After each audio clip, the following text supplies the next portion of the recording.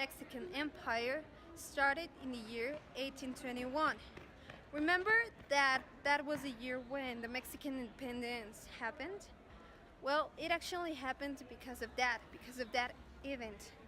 A really important character of this time of the history was Iturbide. Iturbide was the first emperor of Mexico. And Iturbide also was a very important character in Mexico's independence because he fought with Vicente Guerrero and Guadalupe Victoria. He fought with them the independence, which they won, and because of him, now we are independent. Continuing, the 27th of September 1821, Mexico was declared as an independent country. In January 1822, Guatemala got together to Mexico. There was this happy relationship within the empire and the Congress until 1 year later, 1823, Santa Anna declared the Plan de Casamata. In this plan, he declared the idea of a republic for the country. The economical situation at this time was not really good. The country was really poor and didn't have enough money to take care of the country and its problems. One way they could save the country was with mining, in which they could find different rich stones that they could sell and transport to other countries and get richer. From 1883 until the fifth decade of the 19th century, Mexico was a total mess and it will try to organize as a country. One of the main conflicts were in 1829, Fernando VII will try to recover the Spanish possessions in Mexico, but he will be defeated by Santa Anna. In 1886, we lost Texas. From 1838 to 1839, it was the first French intervention. 1847 to 1848, it was the first United States invasion.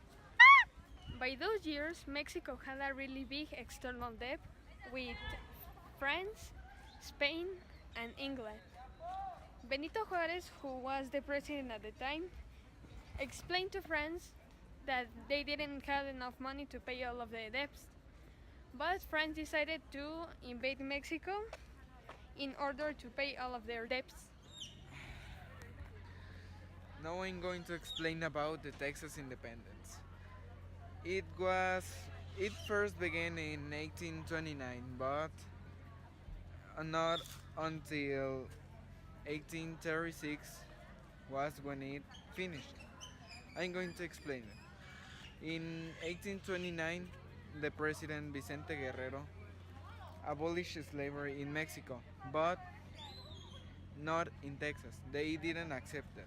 In 1830, Mexico is going to create a new law because in Texas, of every 11 people, only one was Mexican. In 1835, Antonio López de Santana made Mexico a centralist country, and this was a big discussion because Texas was looking for slaves and this was a good way to get them. Santana walked with the Mexican army for 45 days to Texas and he arrived to the Alamo.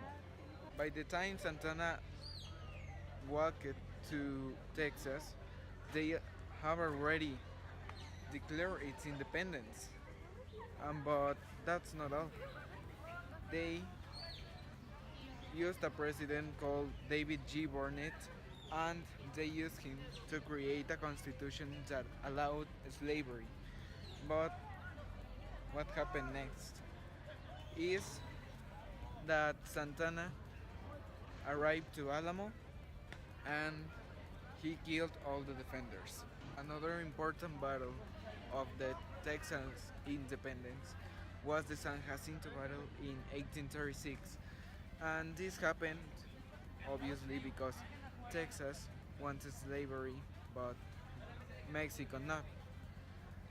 Santana arrived to Texas or to San Jacinto with more than 5,000 people in the army. But a big error he had was dividing the army in three.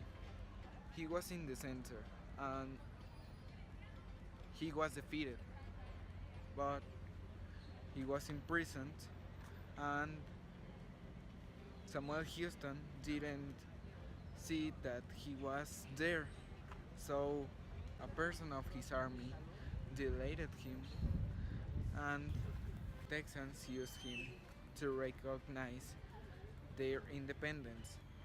But Santana, that is very smart, knew that